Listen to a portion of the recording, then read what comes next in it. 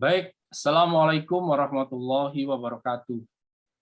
Waalaikumsalam warahmatullahi wabarakatuh. Asyhadu an la ilaha illallah, asyhadu anna Muhammadar Rasulullah. Allahumma sholli ala Muhammad wa ala ali Muhammad. Alhamdulillahirabbil alamin.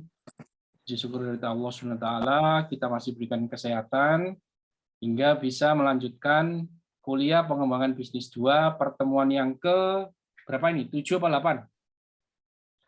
7 ya. Baik. Saya melanjutkan bimbingan saja. Silakan kalau ada yang mau berkonsultasi. Ini saya cek di WA, tektokan itu sudah banyak sekali nih yang masuk. Mulai bab 1, bab 2, abstrak, ada yang baru judul, ada yang sudah masukkan ke TU, pendaftaran, dan lain sebagainya. Silakan saya kasih waktu untuk berkonsultasi. Mau siapa dulu? Tadi Alwi sudah ya? Selain Alwi? Sudah, Pak. Oke, silakan yang lain. Rifki. Syarif, Syarif. Jaring mau bingung. Rifki gimana Rifki? Sudah beres ya? Sudah bab 1, Pak. Tinggal revisinya. Sudah saya kasih revisi kan ya? Sudah saya komentari? Masih belum saya setor, Pak. Oh, kamu belum masuk bab 1 belum ke saya? Ya. Oh, kemarin baru abstrak berarti ya? Iya, Pak. Oke. Ada masalah apa, Rifki? Kayaknya kalau masalah sih nggak ada, Pak. Cuma males semuanya. Cuma males. Laptopnya, Pak, rusak lagi. Oh, alasan laptop saya ini. Temenan, Pak. Ini bote saya LCD ini. Kamu mau lulus kapan nih rencana, Rifki? Kalau bisa ya secepatnya, Pak. Yo gak iso, laptopku saya rusak kok. Aduh. Oke. Selain Rifki, siapa yang mau selanjutnya siapa? Saya, Pak Syarif. Oh, Syarif, silakan. Nah, kalau judul saya ini bagaimana? Sudah benar kah? Dilihat di mana nih? Di Miro apa kamu send ke saya apa gimana nih? Di Miro ini Pak ada, Pak, judulnya. Saya lihat ya. Ya. Syarif belum kirim proposal ke saya. Kayaknya kok sudah ya? Oh, masih Anda suruh bikin apa abstrak, Pak? Belum jadi abstraknya. Ini Pak, tinggal dikirim.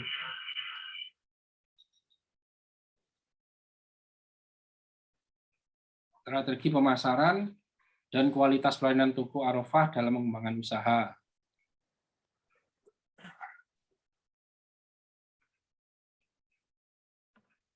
Oke. Perlu dilakukan penelitian bertujuan untuk mengetahui bagaimana cara mengembangkan usaha toko kelontong dengan menggunakan model strategi promosi.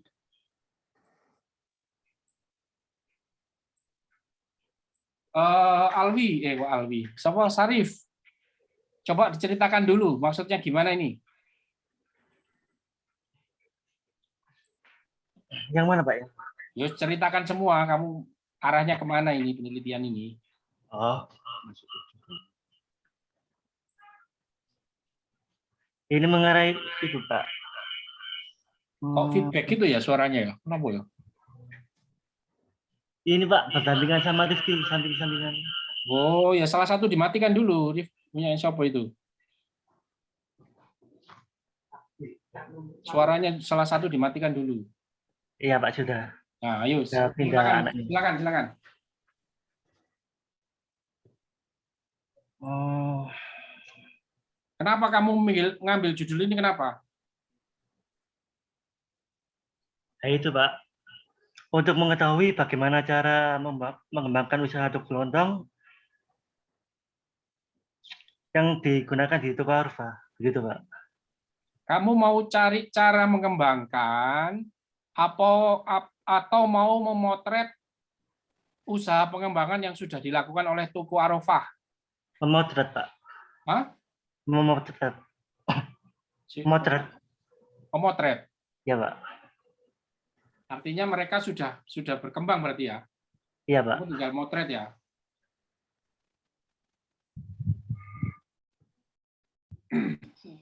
Kalau kamu bahasnya pakai strategi pemasaran, itu manajemen. Ya, Oh, kalau kamu mau modelnya ini, kewirausahaan, inovasi. berarti tinggal diganti inovasi gitu, Pak ya? Ya, bisnis di mana? Kamu mau titik beratnya di mana nanti? Kalau ngomong 9 elemen itu ada di mana posisinya? 9 elemen. 9 elemen bisnis model. Itu pengembangannya ada di mana? Kan kamu sudah tahu sih. Kalau ngomong 9 elemen ini, bisnis model ini, kamu tahu kan yang saya maksud bisnis model kanvas, tahu ya? Iya, Pak. Rifki, tahu ya? 1, 2, 3, sampai 9 kan kamu tahu ya? Ya, Itu kira-kira inovasinya ada di sebelah mana kira-kira?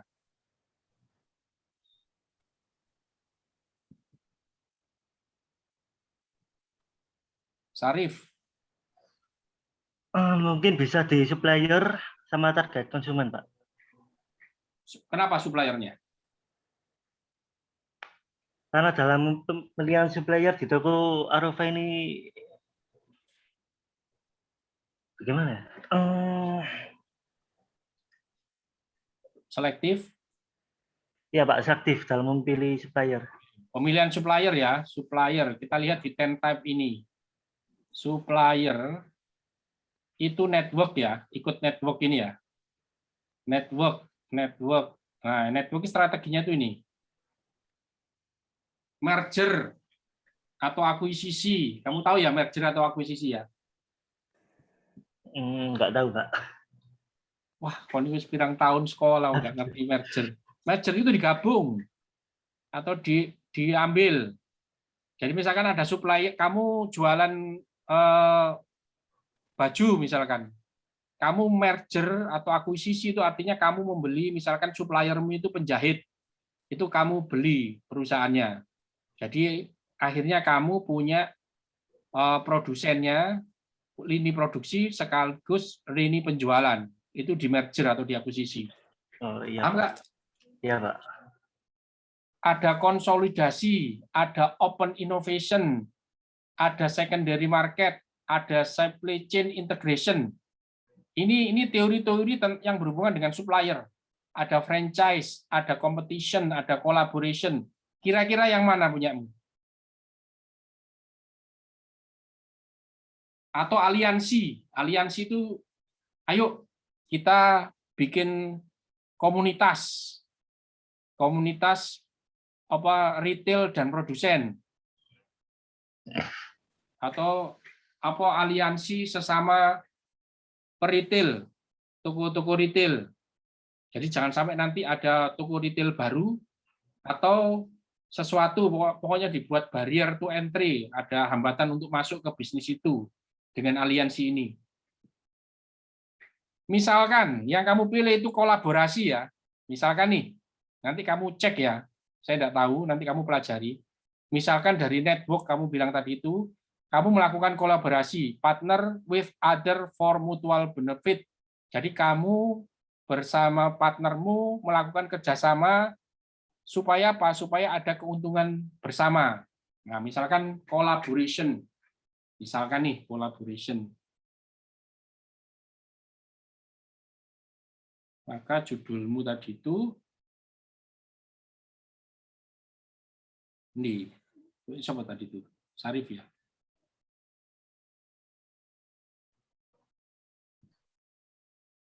Inovasi bisnis network melalui kolaborasi bersama partner.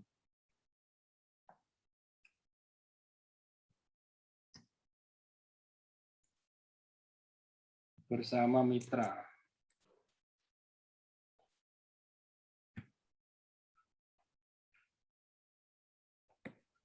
Misalkan gini, pengembangan usaha retail toko apa?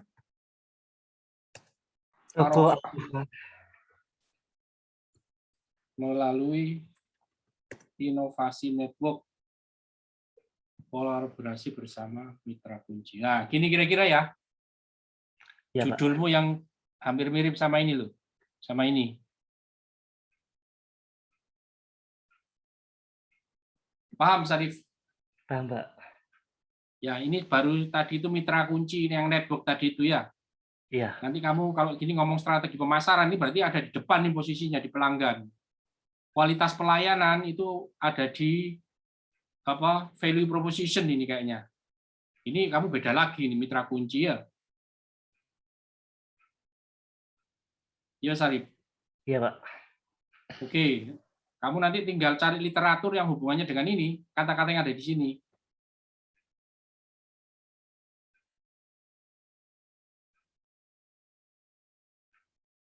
Nah, nanti isinya apa?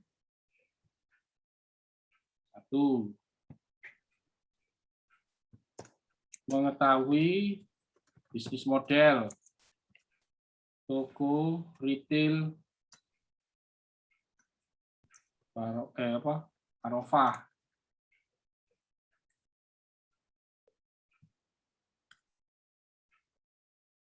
Mau kamu hubungkan dengan apa? COVID apa enggak? Mungkin bisa sih, Pak.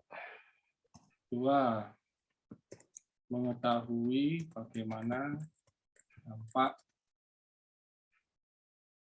COVID pandemi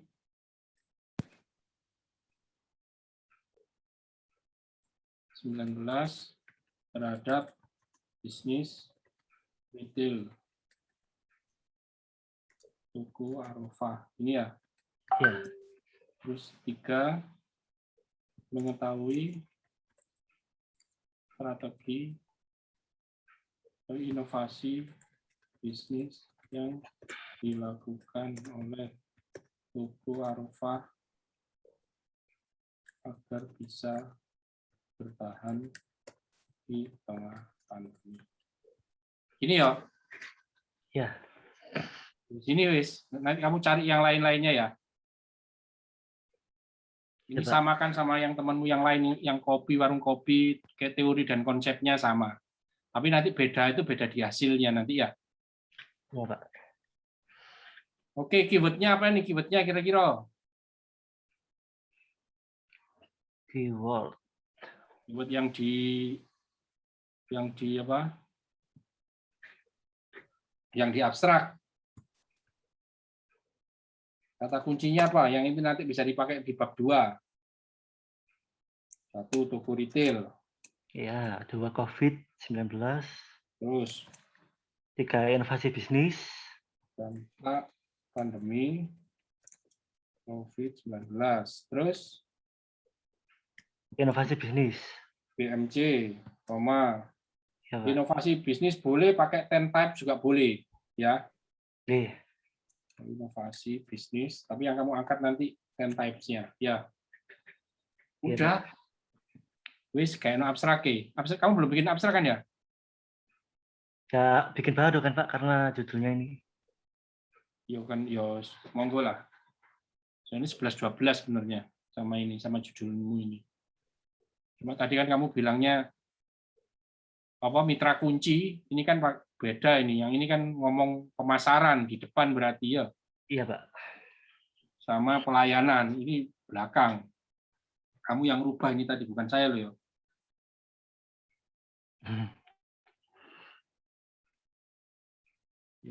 Oke, ada lagi yang mau ditanyakan, Syarif? Untuk sekarang sih masih belum, Pak. Cukup ya? Iya, Pak. Oke. Baik, siapa lagi yang mau konsultasi?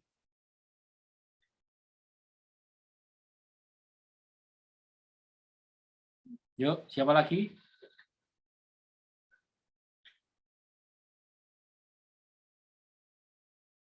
Mila, gimana Mila?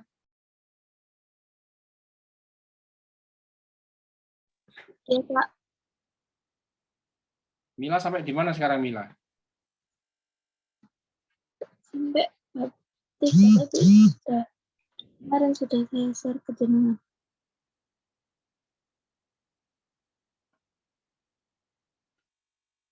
Oke, sebentar saya lihat.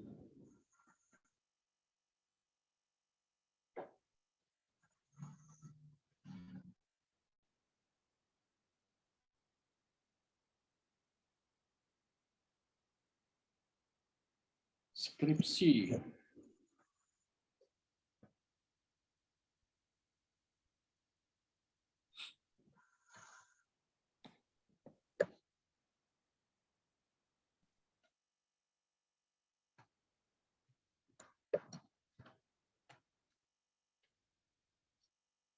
Ini skripsi.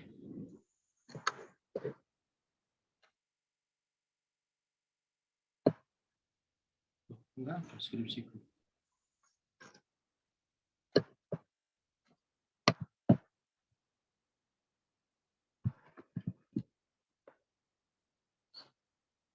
Mila.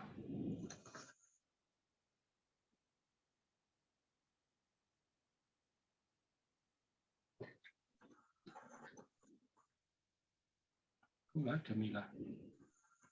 Mila belum tak download ini ya. Pak.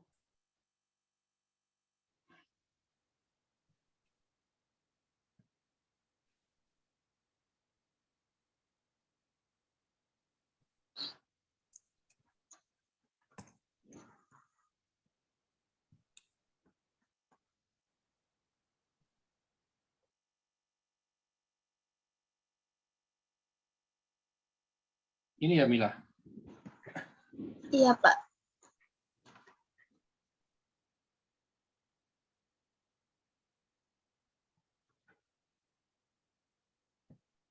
Ini yang masih rancu, Mila. Penerapan desain tulisannya gini ya, design thinking dan model bisnis kanvas pada usaha frozen food sebagai solusi.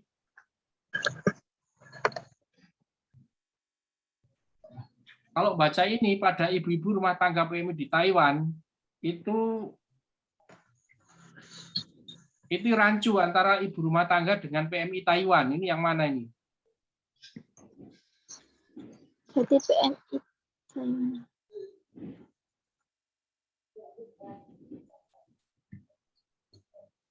Cik, mau coba apa? Masih bingung nih terhadap judulnya. Gimana maksudnya gimana ini? Maksudnya gimana? Kamu mau bikin penelitian apa nih? PMI Taiwannya, Iya, PMI. apa design thinking-nya, apa mesin tarik.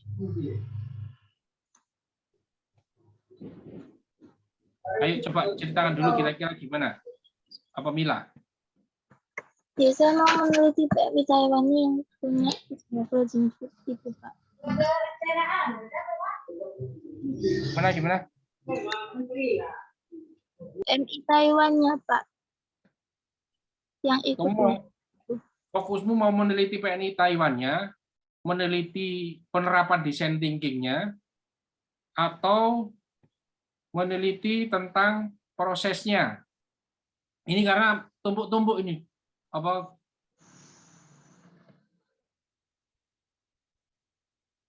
sudah ada tujuannya belum sih? Coba lihat tujuannya. Sebentar, saya lihat di Mairo-nya aja, biar saya nggak bingung. Sebentar.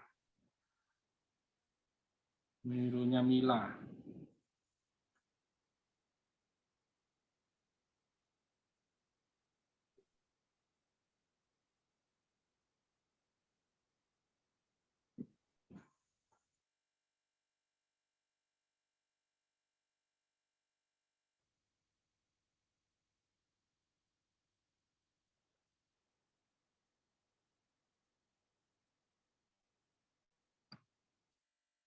Satu dan dua ini bedanya apa, Mila? Sama kayaknya dia. Oh, satu design thinking-nya. Kalau menemukan solusi itu kan pakai design thinking. Kalau BMC itu bisnis modelnya supaya bisa dibesarkan dan bisa diperbanyak.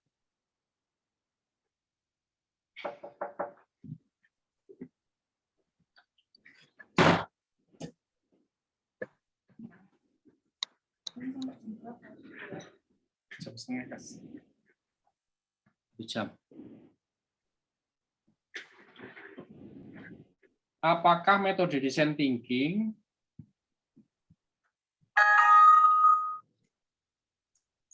dapat membantu menemukan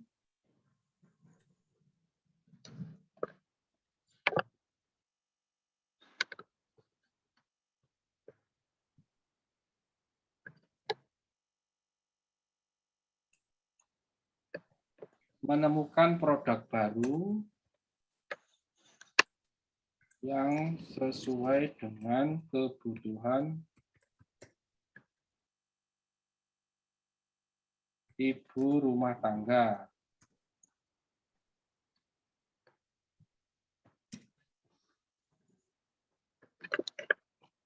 Gini ya, Mila, yang fokusnya kan ke sini ya. Dapat membantu menemukan produk baru. Oke, itu ya, Mila. Ada yang mau didiskusikan, Mila? Yang nomor 1.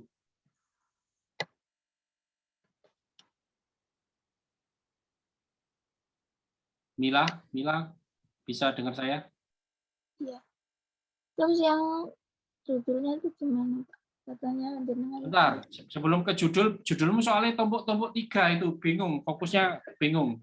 Makanya saya lihat dulu di tujuannya dulu. Ya. Apakah metode design thinking dapat membantu menemukan produk baru yang sesuai dengan kebutuhan ibu rumah tangga kan gitu ya? Ini kan ya. Terus yang kedua, apakah metode BMC dapat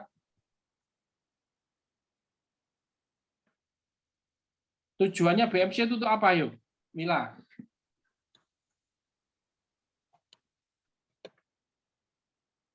untuk menemukan ini. Gimana? Untuk menemukan solusinya dari 9 plus itu. Bukan solusi. Kalau solusi itu design thinking, menemukan solusi ya. Kalau BMC itu menemukan bisnis model supaya apa? Supaya bisnis itu bisa bertumbuh dan bisa lestari atau sustainable. Apakah metode BMC dapat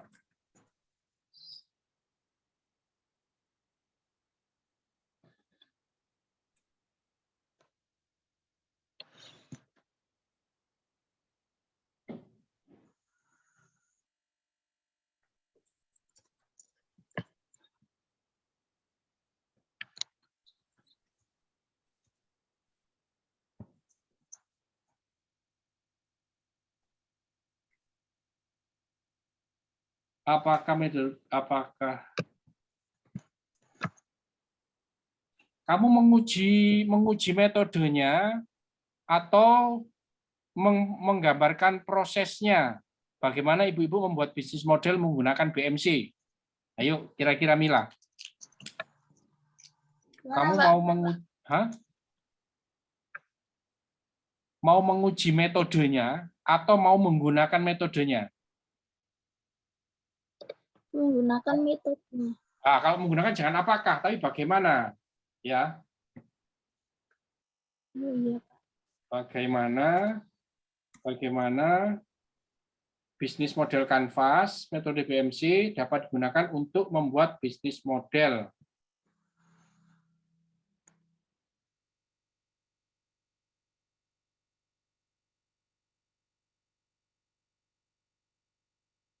Pada apa itu? Solusi apa tadi namanya kamu? Rumah tangga. Usaha frozen food ya?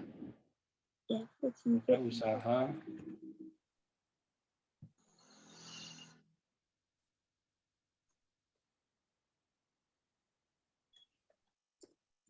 ini ya.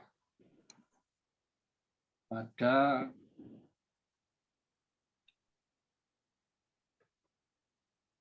ini kamu produk apa jasa? Jasa ya? Lebih ke jasa sih, Pak. Ya, jasa baru yang sudah dengan Bagaimana pada usaha yang dipilih? Nggak usah tak sebutin ini ya. Gini ya. Terus bagaimana yang mau kamu bahas itu inovasinya, apa penerapan metodenya pada saat pandemi? Kan inovasinya lebih sudah di PMC sama ini, Pak. Jadi yang menerapkan PMC diterapkan di masa pandemi. Menerapkan metodenya ketika merancangnya maksudnya ya. Iya kan inovasinya kan tadi sudah PMC. Menggunakan Kayak metode. bagaimana melakukan kan inovasi bisnis gimana? Maksudnya gimana yang nomor 3 ini? Maksudnya menerapkan yang PMC sama desain thinking gitu, Pak.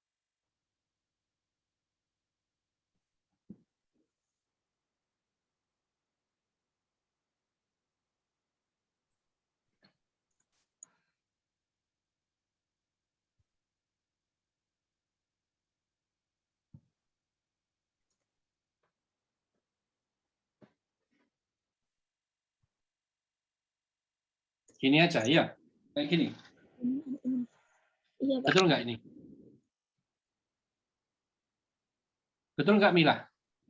Iya, Pak. Itu aja. Ya, wis itu ya. Oke, sekarang kita pilih judulnya.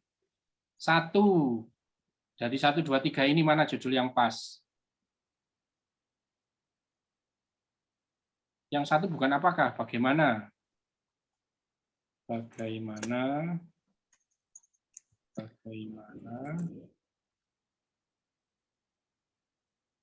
menemukan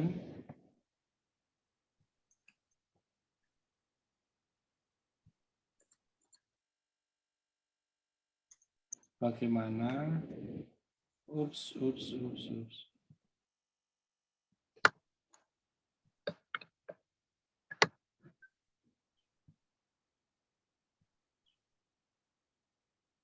Bagaimana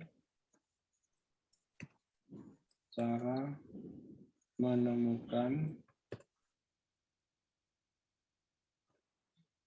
produk atau jasa baru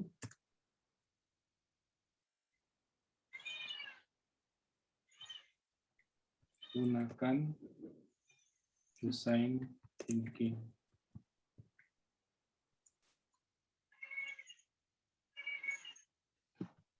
Gini kan sebenarnya ya.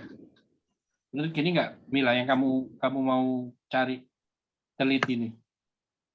Iya, Pak. Dan soalnya di usahanya tuh membuka jasa reseller gitu, Pak. Bagaimana PMI, bagaimana cara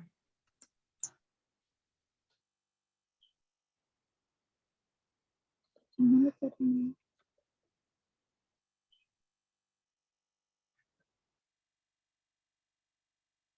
Oke, ini kayak gini.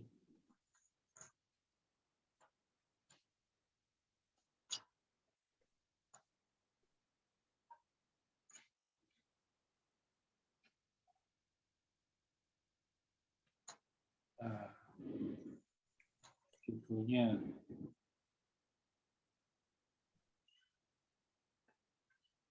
penerapan design thinking dan model bisnis kanvas.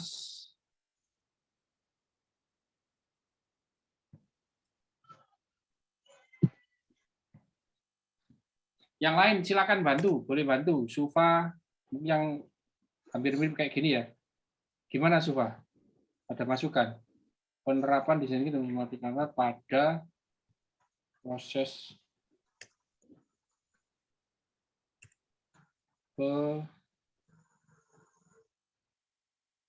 inovasi produk jasa baru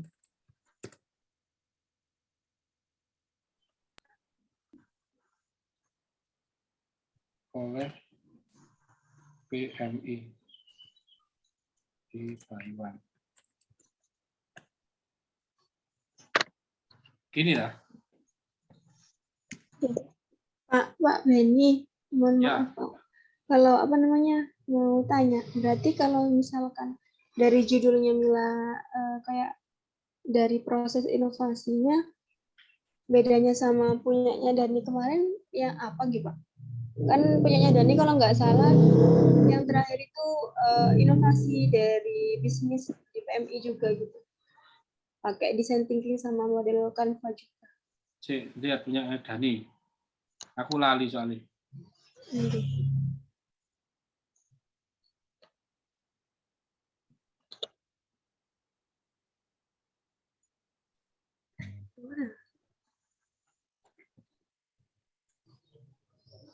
Oke, kita lihat. Itu kemarin punyanya Dani implementasinya dihilangin jadi inovasi apa gitu Bang? Ini bukan. Dani ada nggak Dani? Dani nggak ada. Ini implementasi ini. Ya Inovasi, tapi implementasi. implementasinya nggak Nggak ada. dicantumin kemarin Ini pas inovasi. itu, Pak. Nggih, Ini. pas mau pengajuan. Iya. Oke, coba inovasi bisnis jasa fashion dengan pendekatan design thinking. Ini bagus ini. Hampir sama gitu. Ya enggak apa-apa, penerapan design thinking. Oke, samakan aja kayak gini modelnya ya. Berarti inovasi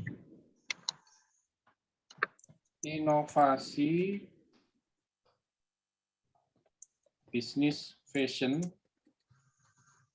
Frozen food, Kamu apa? Frozen food? Pak. Itu kan punya Dani yang Inovasi bisnis frozen food.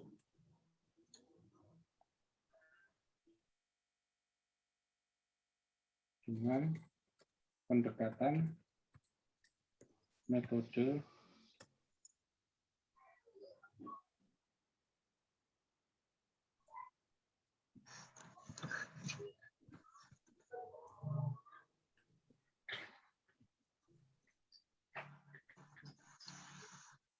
bukan bagi, sebenarnya oleh ya.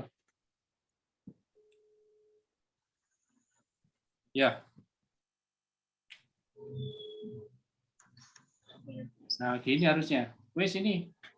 tapi Ya. nggak mau sama kayak punya Dani. Ya, enggak apa-apa kan beda. Ini kan jasa fashion, kamu kan bisnis frozen food beda banget. Dalamnya beda. Kalau mau nanti kamu rubah-rubah sedikit nggak apa-apa. Kamu wolak-walik judulnya ya. Intinya kayak gini. Ini sudah oke nih, ya. Iya, Pak. Nanti kamu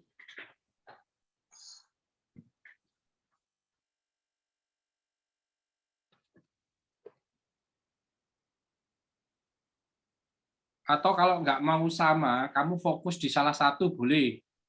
Apa inovasi bisnis, inovasi produknya, inovasi jasanya boleh.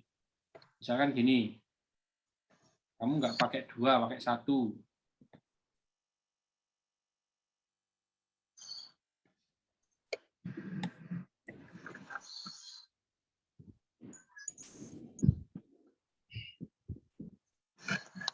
Kalau misalnya cuma fokus satu aja, kalau cuma meneliti BMC-nya gimana Pak?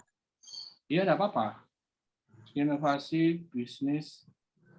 Jadi kalau BMC-nya saja nanti kamu judulnya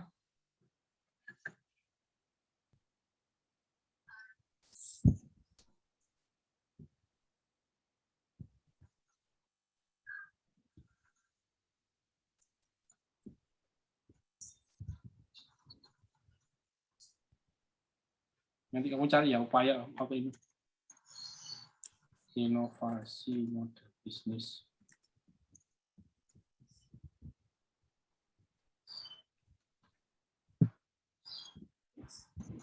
Pada usaha frozen food.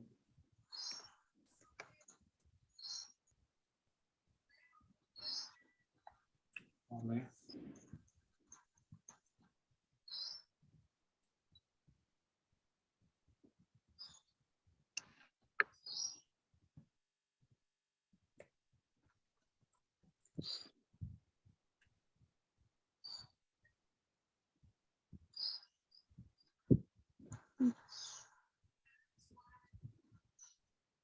Inovasi, tambah honor, dan validasi.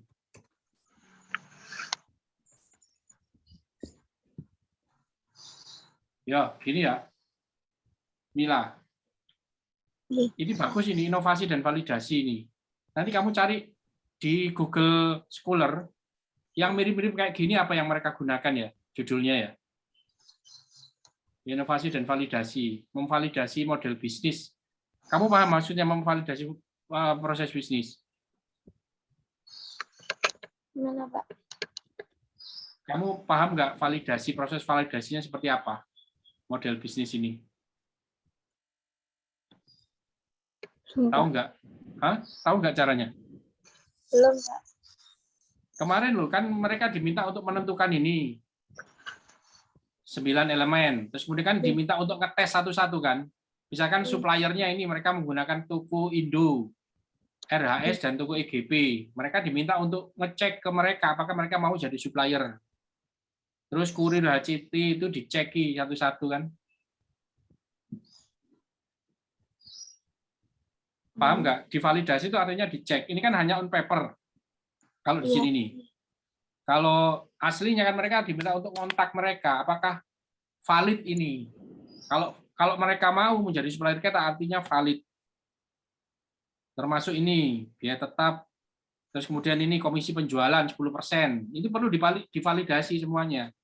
Oh, ternyata setelah divalidasi nggak 10%, Pak.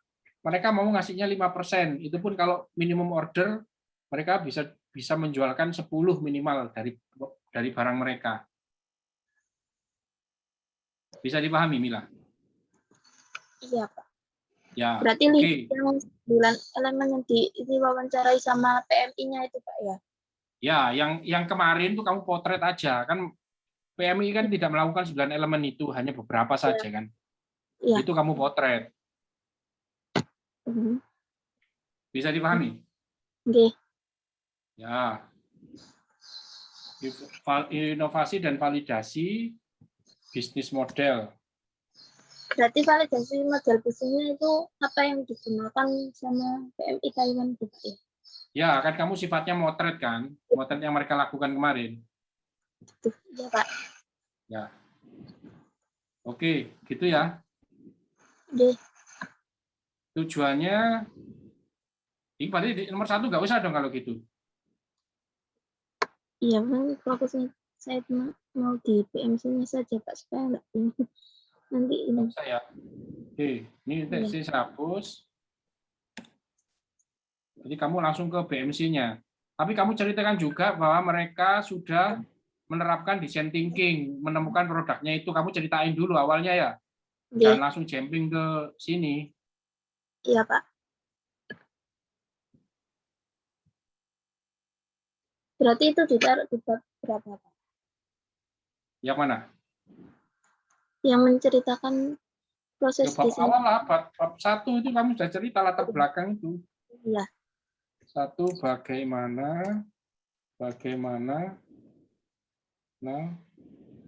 melakukan perencanaan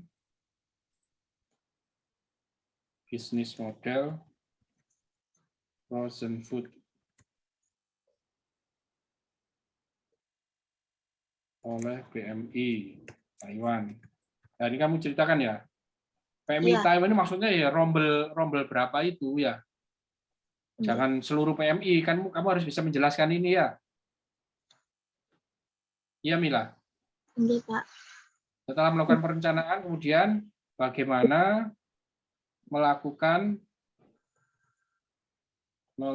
bagaimana proses melakukan validasi bisnis model yang telah direncanakan. Nah, gini aja ya. Ini nggak usah tak kasih PMI ya. PMI nanti kamu jelaskan waktu di sampel yang dimaksud PMI itu siapa ya. Iya. Bagaimana cara melakukan bisnis model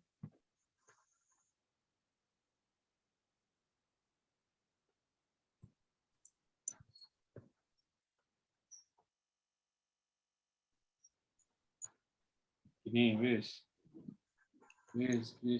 Terus yang ketiga apa? Merencanakan. Terus ini aja merencanakan inovasi dan validasi di tengah pandemi ya. Iya. Melayu sih.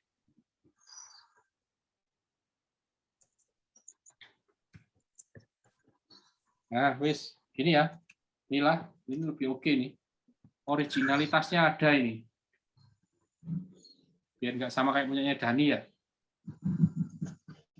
Iya, Pak. Oke. Keywordnya kamu tahu kan keywordnya pakai apa keywordnya? Keywordnya di abstrak nanti pakai apa keywordnya? Itu pakai BMC itu, Pak. BMC. Sama Nah, validasi ini kamu cari referensinya ya. Validasi bisnis, validasi. Kemudian apa lagi? Bisnis frozen food itu masuk apa kategorinya? Makanan, kuliner, bisnis kuliner apa? Ya. bisnis kuliner. Ini pandemi COVID-19.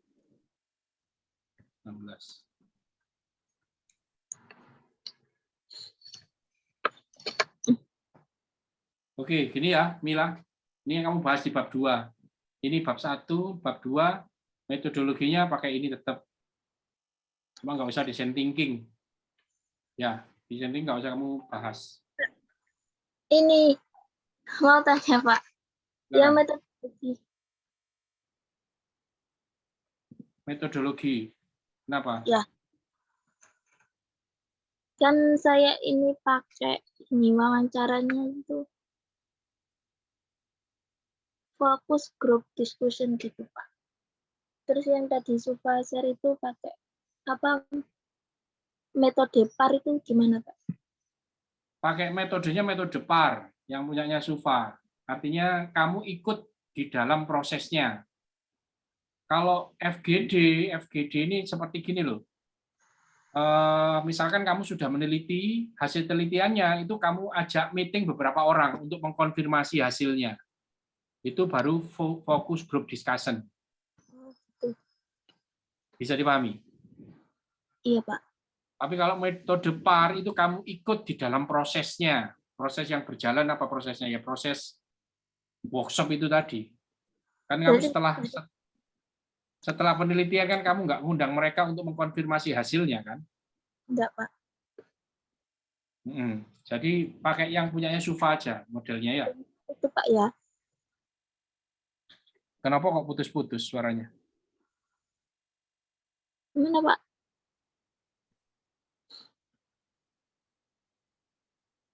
Suaranya putus-putus, Mila. Iya, Pak. Oke, ya pakai yang PAR ya. Ada lagi yang mau ditanyakan? Sudah, Pak. Nanti saya ikut. Cukup, yes. Makasih, Pak Benny. Ya, sama-sama. Silakan siapa lagi? Kita masih ada Pak waktu. Benny, untuk yang simulasi kemarin, jenengan share gimana, Pak? Oh ya, simulasi yang di-share. Sudah pada lihat semua? Apa saya share, saya mulai lagi ya? Didengar teman-teman ya? Di-share ulang aja, Pak. Oke, saya share ulang. Sebentar, Pak siapin. Pak carikan dulu.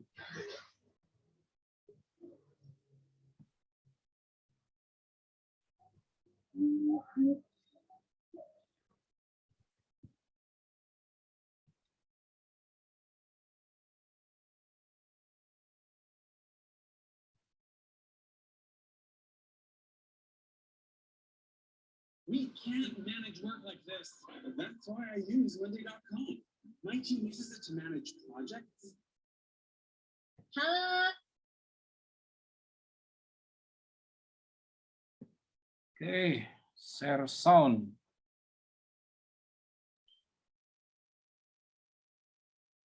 Skripsiwan Skripsiwati Indonesia, kita bertemu lagi. Tapi sebelum lebih jauh Bisa dengar ya? Bisa didengar? Bisa, Pak. Bisa, Pak. Lanjut. Lanjut. Kita membahas akan tentang apa sih konten kita kali ini? Aku punya tebak-tebakan dulu. Kuali apa yang tatif? Kualitatif.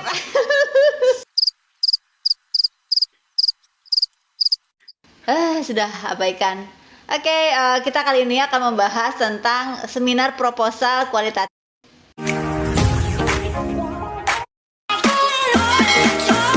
Selanjutnya kita akan memasuki sesi tanya jawab nih. Mohon disiapkan. Teman-teman nanti kalau ada pertanyaan di sana tolong dicatat ya. Pertanyaannya si siapa dosennya ini loh. Nanti kalian saya minta untuk membuat jawaban atas pertanyaan seperti itu. Bisa dipahami ya? Oke, Pak. Oke. Tas dan juga pulpen ya, supaya nanti kamu bisa mencatat masukan-masukannya kalau ada untuk revisi proposal kamu ya. Oke, tadi apa judul penelitiannya? Baik, terima kasih atas pertanyaannya Bu. Rencana penelitian saya berjudul Perilaku Komunikasi Suami Istri pada Pernikahan Beda Usia Jauh. Studi pada pernikahan di mana istri berusia lebih tua dibandingkan suami.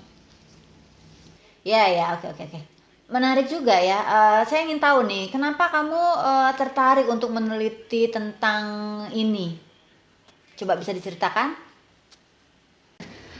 Iya, saya tertarik untuk meneliti ini karena ada kerabat saya, yaitu sepupu saya yang menikah dengan istri yang usianya terpaut sangat jauh, Bu, gitu.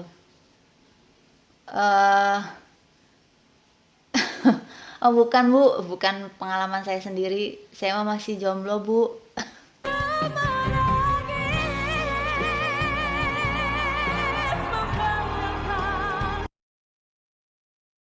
Oke, ya boleh-boleh saja meneliti karena alasan ada kerabat terdekat yang mengalami hal demikian. Tapi kan ini tidak cukup kuat. Coba sebutkan penguatnya, alasan lain yang membuat penelitian ini menurut kamu penting gitu loh untuk dilakukan.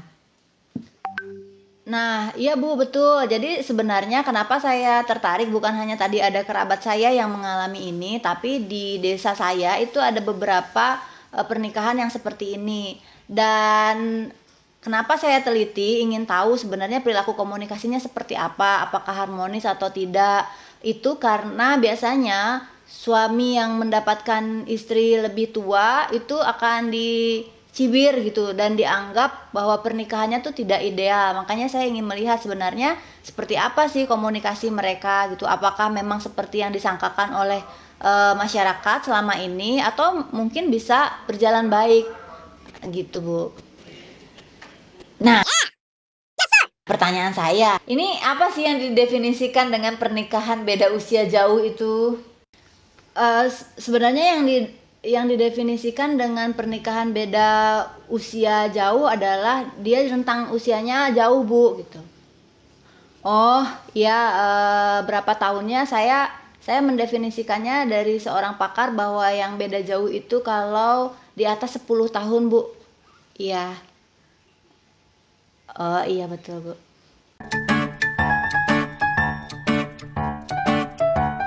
Ya manfaatnya kalau misalnya nanti mendapatkan dalam rumah tangga itu ternyata komunikasinya bisa berjalan bagus, saya rasa dari penelitian ini saya akan menghasilkan sebuah model yang bisa diikuti oleh pasangan-pasangan lain di mana usia istrinya jauh lebih tua dibandingkan dengan suami. Dan juga kalau misalnya ada sekarang yang dalam tahap persiapan pernikahan tapi mengalami kekhawatiran tersebut, mungkin dengan membaca hasil riset saya nanti akan memiliki gambaran tentang bagaimana sih komunikasi di pernikahan yang seperti ini begitu Bu. Oke, terima kasih ya jawabannya. Nah, ini saya juga lihat di proposal penelitian kamu ini tidak mencantumkan teori. Ini kenapa kamu tidak pakai teori dalam penelitiannya? Iya Bu, penelitian saya tidak menggunakan teori karena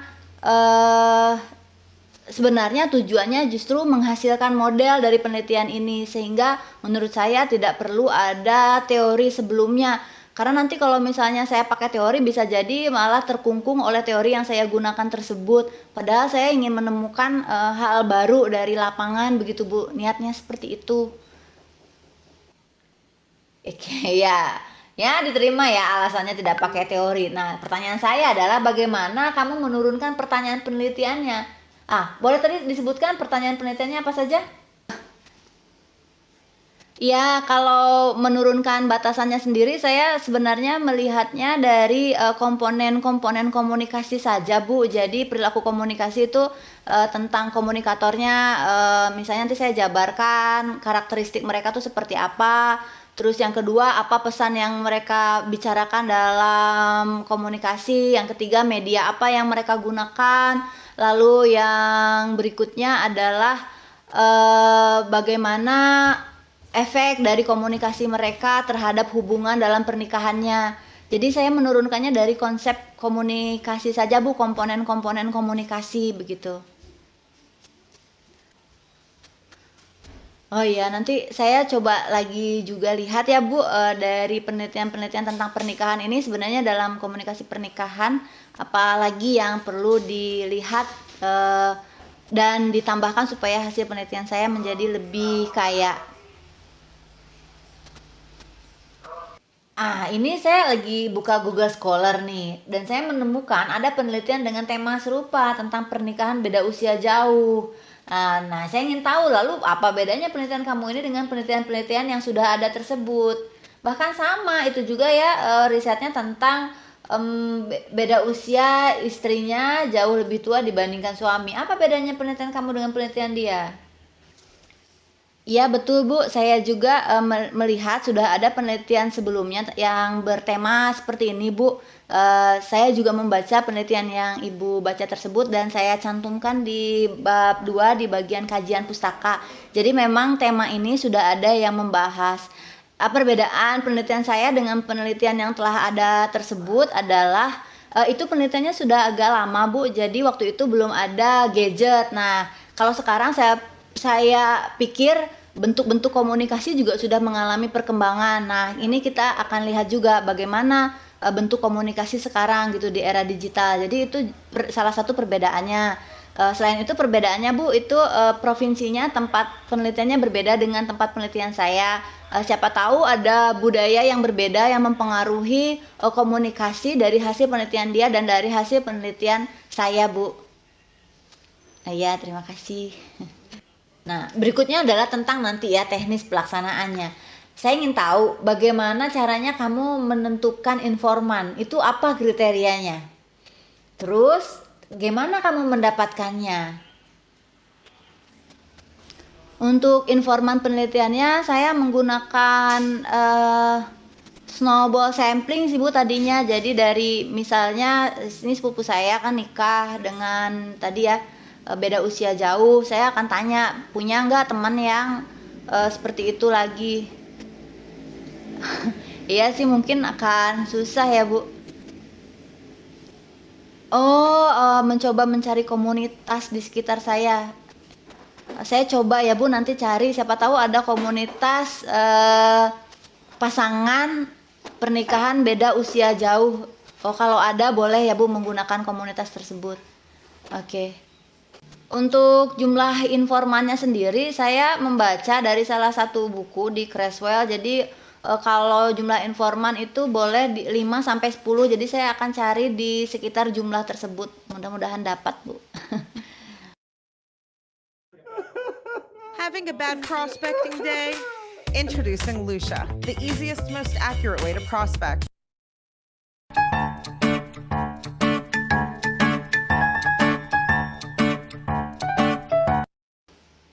Iya, kalau metode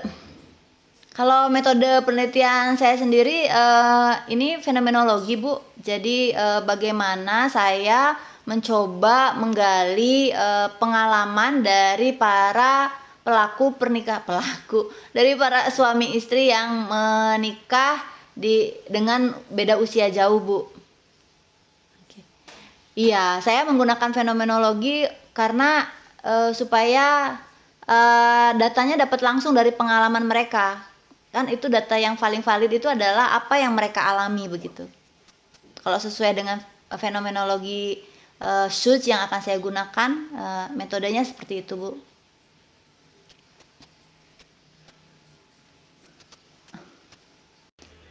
Nah, kalau sudah dapat informannya, nih saya mau tanya, kamu nanti akan mengumpulkan datanya menggunakan apa?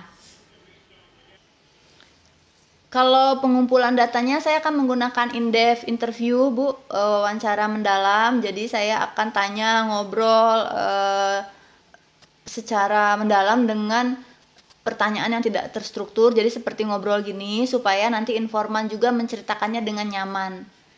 Iya, Bu, datanya pasti sangat tebal transkrip.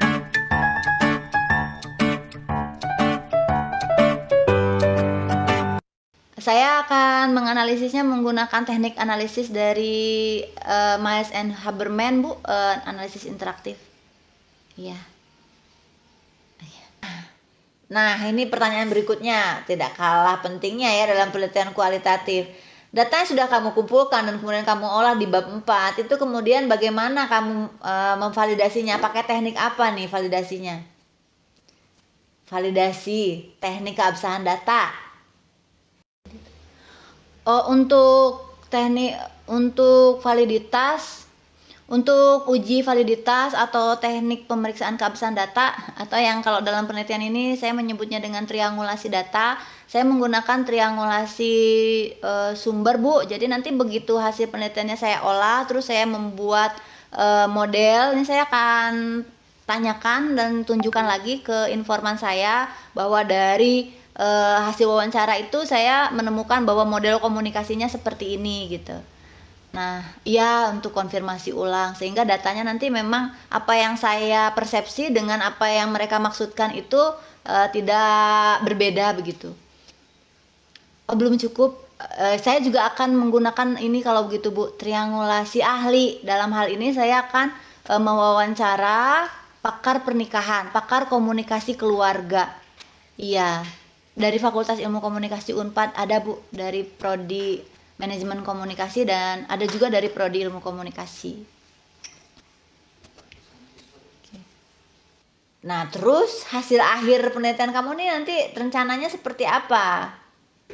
Iya, kalau hasilnya berupa model, Bu, rencananya. Jadi model perilaku komunikasi pasangan beda usia jauh di mana istrinya jauh lebih tua dibandingkan dengan suaminya. Oke, terima kasih untuk jawabannya. Sudah tergambar oleh saya akan seperti apa penelitian kamu.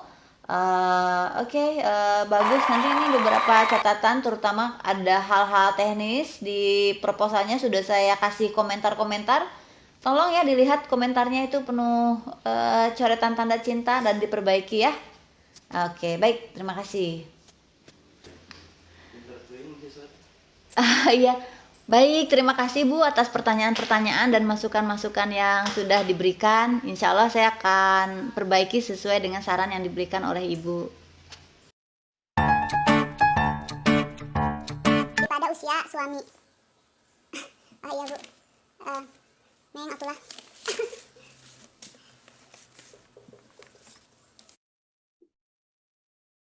Oke.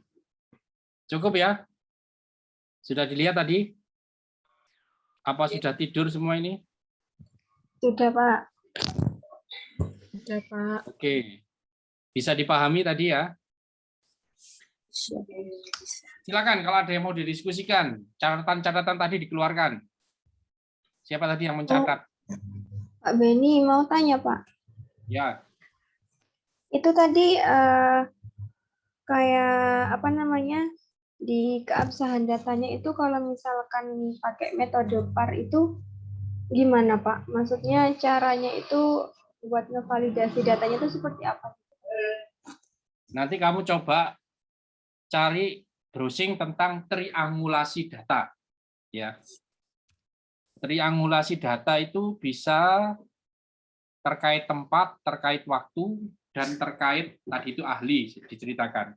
Terkait waktu itu gini, misalkan informanmu ditanya pagi, siang, sama malam.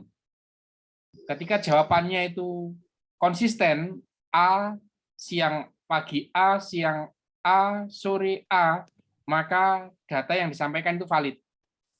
Tapi kalau dia bilang isu dele, sore tempe, malam tahu, maka datanya tidak valid.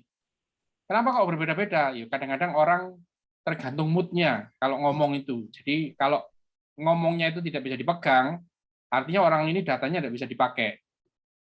Bisa dipahami terkait waktu. Iya, Pak. Terkait tempat.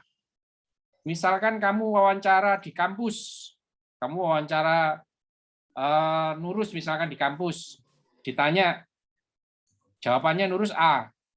Ditanya lagi di rumah, jawabannya A. Ditanya lagi di kafe, jawabannya A. Oh, berarti datanya itu valid. Tapi ketika misalkan Sarif ditanya di kampus bilangnya A, di rumah bilangnya B, di tempat Kongo bilangnya C, itu nggak valid. Kenapa kok bisa beda? Mungkin karena di kampus dia takut sama dosen. Jadi ngomongnya A. Di rumah dia ngomongnya B karena dia takut sama orang tua. Tapi kalau di tempat nongkrong dia ngomongnya C, nggak ada yang dia takutin. Bisa dipahami sampai sini? Iya, Pak. Oke, terkait ahli tadi itu, kamu bisa mengkonfirmasi ahlinya, hasilnya itu kepada ahli. Kamu cek datanya ini yang disampaikan sama objek yang saya amati itu seperti ini. Kamu diskusikan dengan ahlinya. Kalau yang diteliti sama Sufa, Mila, Dani, itu kamu konfirmasi ke pemateri dan ke fasil yang lain. Ya. Apakah ini temuannya teman-teman kayak gini itu sudah benar, prosesnya itu sudah benar. Kayak gitu. Atau pakai studi dokumentasi. Sesuai dengan artikel-artikel yang kamu baca. Makanya di bab 4 itu ketika kamu menemukan kutipan objek penelitianmu, kamu bawahnya kamu kasih dengan literatur tambahan, kan biasanya gitu. Ini loh yang ada artikel yang berbicara seperti ini, atau ada teori yang berbicara seperti itu juga sama. Bisa dipahami sampai sini? Iya, Pak, bisa. Oke, ada lagi yang mau ditanyakan, silakan. Dari proses tanya jawab tadi, itu menarik loh, lucu, bagus, mendidik, ya, runtut sehingga bisa menggambarkan isi skripsimu. Yang lain silakan yang mau ditanyakan. Kalau ditanya metode penelitianmu apa? Gimana jawabannya? Metode PAR, Pak. Metode PAR. Gimana itu metode PAR itu gimana? Dijelasin di sini juga. Oh iya, diskusi biar temannya juga tahu.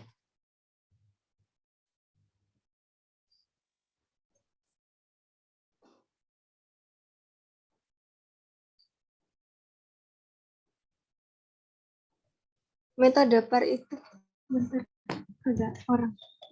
Waalaikumsalam. Silakan.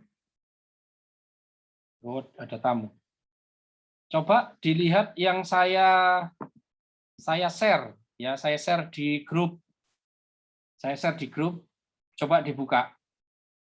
Macam-macam jenis penelitian.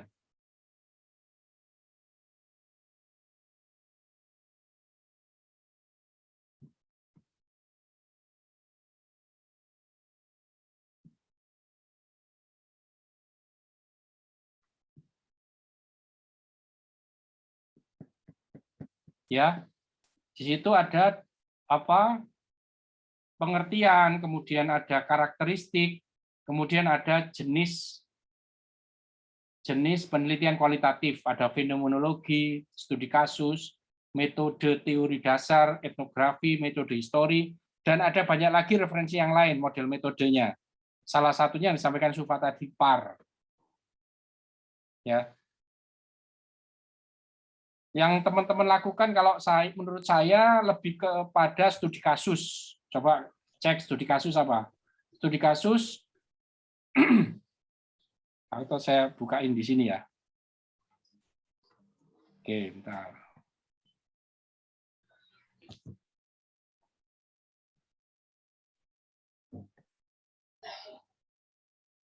Nah, ini ya. Kan ada jenis-jenis penelitian kualitatif, ada fenomenologi, studi kasus, metode teori dasar, etnografi, dan metode histori. Kalau yang kalian lakukan ini lebih dekat ke sini. Nah, ini. Metode studi kasus, salah satu penelitian yang memfokuskan diri meneliti latar belakang, interaksi, dan kondisi masyarakat tertentu. Bentuk dari studi kasus ini pun sebenarnya lebih pas digunakan untuk meneliti sebuah peristiwa, kegiatan, atau program di sebuah kelompok individu tertentu.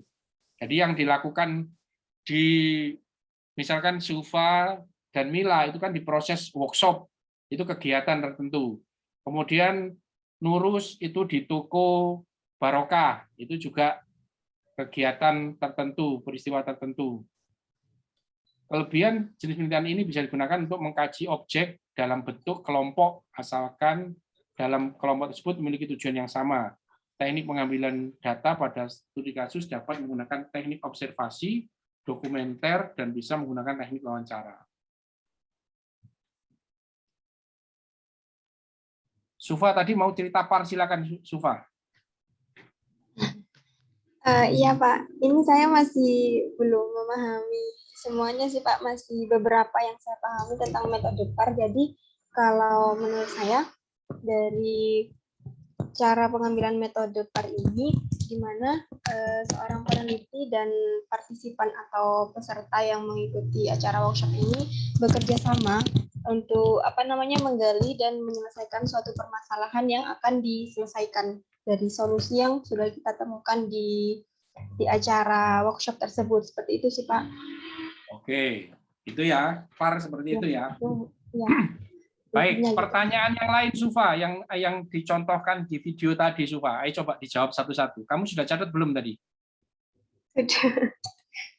Kamu ketik apa kamu tulis? Saya tulis Pak.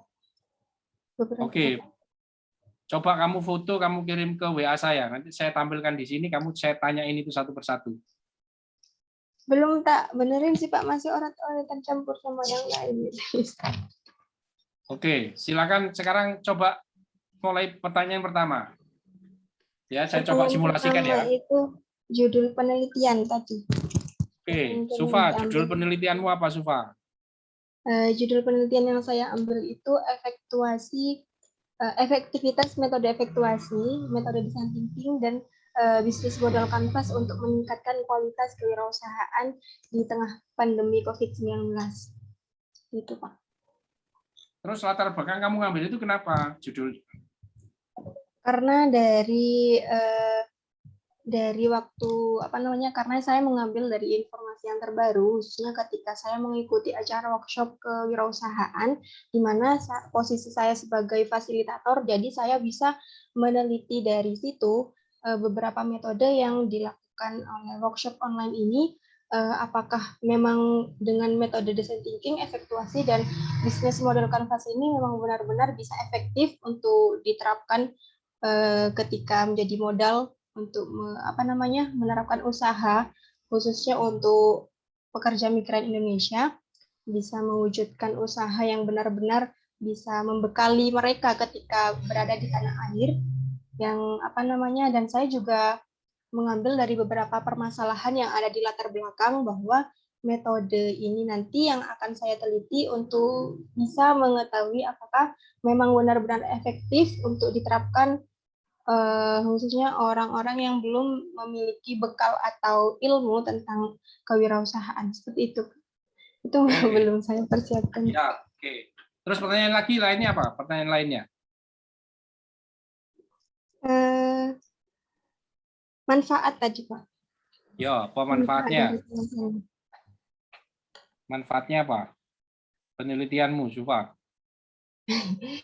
Manfaat dari penelitian yang saya ambil, pertama untuk manfaat ilmiah. Jadi saya berharap ini bisa bermanfaat untuk masyarakat, khususnya pekerja migran Indonesia, melalui kegiatan workshop yang dilakukan oleh tim CLC BJI Kedai Reka dengan Universitas Muhammadiyah Gresik, yang dilakukan melalui via Zoom selama 16 pertemuan untuk meningkatkan dan menciptakan usaha yang lebih baik ke depannya. Kemudian untuk manfaat praktis, jadi manfaatnya ini agar masyarakat mengenai dengan pembelajaran metode efektuasi, design thinking, dan juga BMC bisa dijadikan sebagai contoh di lingkungan, apalagi khususnya lingkungan mahasiswa, khususnya juga bagi penulis sendiri, agar bisa melanjutkan atau menjadikan penelitian ini sebagai referensi penelitian selanjutnya yang terbaru, gitu Pak. Kemudian dari hasil ini dapat dijadikan juga oleh acuan peneliti-peneliti lainnya, terutama bagi peneliti yang memiliki variabel yang sama dengan penelitian yang saya teliti ini, dengan menambahkan variabel yang terbaru yang lain. Gitu Pak. Tepat nggak ya kasih bahasa variabel ya? Variabel itu biasanya digunakan untuk kuantitatif. Ya. Coba hindari kata variabel ya, cari yang lainnya, tapi yang mendefinisikan seperti itu. Oke, pertanyaan lanjutan. Pertanyaan selanjutnya. Bedanya penelitian yang diambil sama penelitian yang terdahulu gitu. Ya, silakan. Kalau bedanya dari penelitian saya sama penelitian yang terdahulu, pertama dari terbaru dari penelitian terbaru ini saya mengambil penelitian yang terbaru, kemudian dari penelitian terdahulu itu masih jaraknya masih beberapa tahun yang lalu, sehingga informasinya lebih baru yang penelitian di saya. Kemudian dari objek dan juga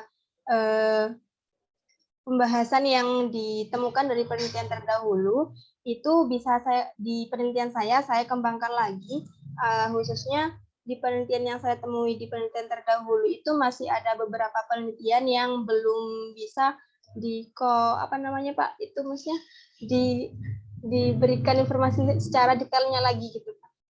Belum saya siapkan juga. Sufa. Kamu cari artikel tentang workshop online apa enggak? Ada enggak? Ada Pak. Kalau workshop online kemarin saya hapus kalau nggak salah. Ya, cari yang workshop online, kan kamu intinya ke workshop online juga. Misalkan kamu cari artikel yang workshop saja, kamu bedanya adalah dia workshop biasa bertemu, kamu workshop online. Iya Pak. Kemarin saya hapus Pak. Nanti saya masukkan lagi. Ya, itu satu. Yang kedua, metode mengajar kewirausahaannya.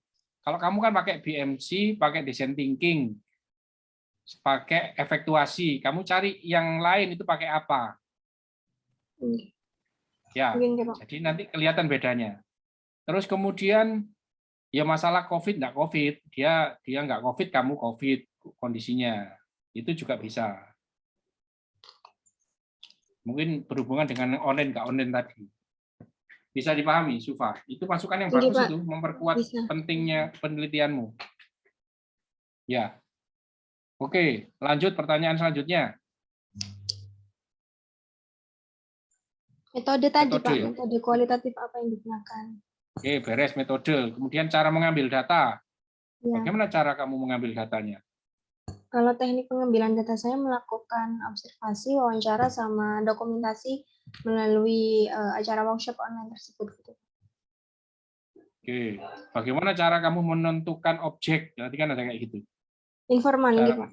Menentukan informan. Saya menentukan informannya itu saya langsung mengambil dari beberapa keseluruhan peserta yang mengikuti workshop online, kemudian dari beberapa keseluruhan fasil dan juga pemateri. Gitu benar nggak Pak? Ya benar. Terus pertanyaan apa lagi? Nggak pakai yang nggak tadi ya Pak, maksudnya dari teknik snowball atau apa gitu. Kan kalau yang tadi itu kan contohnya dia masih mencari gitu Pak. Kalau ini saya kan sudah ada mencari. Langsung. Ya kamu nggak usah munculkan snowball ya, karena kan kamu sudah par tadi. Sudah par pasti itu, gitu kan Pak pesertanya. Ya. Terus keabsahan datanya. Kalau kamu tanya keabsahan datanya gimana? Kalau keabsahan, ini saya nulisnya di laporan untuk keabsahan datanya gini Pak. Memastikan setiap harinya itu bisa terhimpun beberapa catatan wawancara dengan informan, serta beberapa catatan yang hasil observasinya. Kemudian melakukan uji silang gitu Pak terhadap materi catatan-catatan harian tersebut untuk bisa memastikan apakah tidak ada informan yang bertentangan antara catatan wawancara saya dengan hasil observasi yang saya temukan gitu Pak. Kemudian hasil konfirmasi tersebut saya uji kembali dengan beberapa informasi-informasi sebelumnya untuk memberikan keyakinan bahwa ini tidak ada konfirmasi yang tidak valid gitu Pak. Atau gimana Pak? Kamu uji silang itu maksudnya dengan sesama informan? Iya. Atau bagaimana? Ya maksudnya dari hasil yang saya itukan ke informan kembali gitu. Kamu florkan ke informan kembali. Kalau menurut saya bukan ke informan kembali ya, ke pemateri dan fasil. Ke uji keabsahan datanya. Ya, ini kan maksudnya di informannya kan saya juga ada peserta, fasil sama pemateri gitu Pak. Nah ya, pokok keabsahan datanya itu data yang kamu dapatkan itu kamu konfirmasi ke fasil dan pemateri sebagai apa ahli tadi loh, yang bahasa ahli tadi itu. Ya. Ahli gitu Pak. Ya, ke sana hasilnya kamu cekkan ke sana. Ya intinya ada di situ sih. Intinya ada di situ. Oke, pertanyaan selanjutnya apa? Tadi itu ada yang nomor keberapa ya? Pertanyaan ketiga kalau nggak salah. Mendefinisikan dari teorinya juga gitu Pak. Tadi kan tanya, di contohnya itu tanya iya, benar. Teorinya. Kamu menggunakan teori apa, Sufa? Di sini saya menggunakan teori efek kewirausahaan efektuasi, design thinking, dan juga ada bisnis model canvas gitu Pak. Terus satu lagi tentang kualitatifnya ceritakan, termasuk yang PAR tadi itu. Oh, metode PAR. Ya, metode masuk di teori juga Pak. Ya, masuk teori juga. Ya. Oke Pak. Oke, apalagi pertanyaannya? Pertanyaannya lagi. Sudah sih Pak. Sudah, itu. Ya wes, itu nanti yang ditanyakan. Teman-teman yang lain juga dicatat ya. Besok kalau sudah mau maju, kita simulasikan seperti ini. Sebenarnya yang bisa disimulasikan 2 sama Dani. Nggak tahu Dani kemana ini, kok nggak muncul ini. Baik, masih ada 10 menit. Silakan kalau ada yang mau konsultasi, mau bertanya, saya persilakan. Kita masih punya waktu 10 menit. Ada Nurus, Riza, Zakaria. Siapa yang mau konsultasi? Kak, mau tanya tentang itu metode pendekatan saya bukannya itu ya Pak, yang fenomenologi, lebih tepat itu atau lebih tepat studi kasusnya? Kalau menurut saya studi kasus. Kalau fenomenologi itu fenomena yang ada di masyarakat. Jadi contohnya tadi itu kawin beda jarak jauh tadi itu di atas 10 tahun, itu fenomena yang terjadi di masyarakat. Tapi nggak apa-apa kalau nggak kelompok ini di sebuah kelompok gitu. Enggak apa-apa. Karena kamu kan kelompok itu, kelompok usaha kan itu. Ada pimpinan, ada karyawan.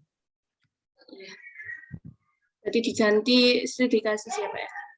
Iya, studi kasus. Bukan fenomena. Fenomena itu kayak kejadian-kejadian di masyarakat. Fakta kok kayak gini ya, gitu.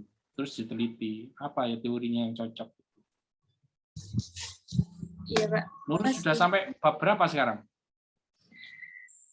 Ini mau ngirim bab 1-nya nanti. Kalau nggak salah Nurus pernah dulu ngirim ke saya bab 1. Kok nulis bab 1 lagi? Ya saya ulangi. Saya ulangi lagi karena itu judulnya diganti lagi kan. Oh, oke. Tapi belum yang menetapkan judulnya, masih nanti kata jenengan. Ya, yang penting itu tujuan penelitian 1, 2, 3-nya itu jelas. kemudian bikin abstrak, punya keyword itu nanti digunakan untuk di bab 2. Ya, terus kemudian ada latar belakang itu untuk bab 1. Wes tahu metodenya jadi bab 3. Sebenarnya harus cepat. Ini saya informasikan sekali lagi yang pingin wisuda awal tahun 2022, itu kata Pak Aris Desember itu harus sudah beres skripsinya. Artinya apa ya? Artinya dalam November ini kalian harus segera mengajukan seminar proposal, karena kalau waktunya cuma 1 bulan dari November ke Desember, dari Pak Aris itu rada aneh.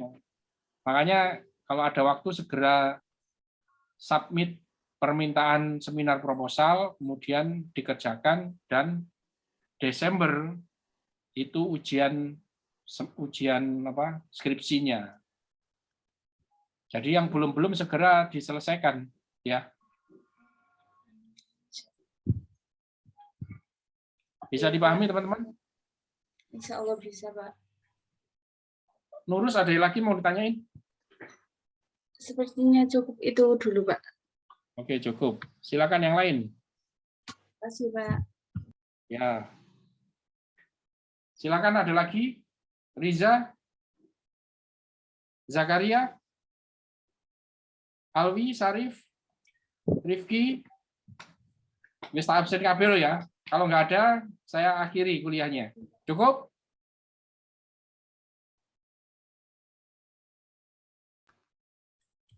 Cukup ya?